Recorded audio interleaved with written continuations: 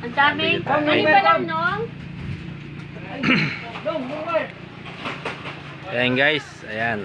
Dito tayo ngayon sa bahay ng pinsan ko. Ayan.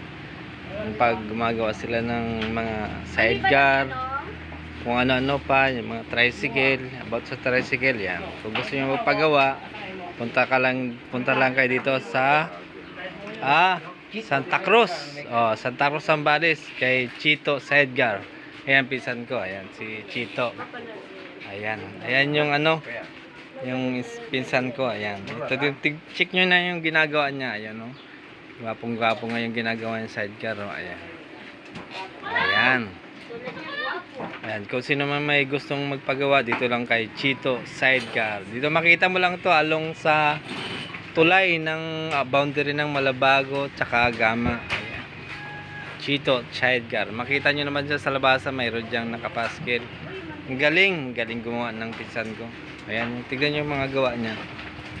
Ayan, mga stainless yan. Ayan. Sidecar. Ayan, mura-mura. Dito kayo pupunta sa kanya.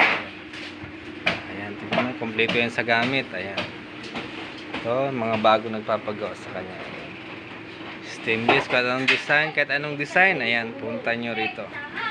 Mga pinsan ko yan. Kalimlim. Ayan, family Kalimlim.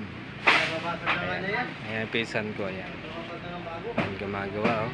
Ayan, ito, bago nagpagawa na naman to, eh. Ayan. So, ayan, pinsan ko. Marunong gumawa talaga yan. Ayan, oh.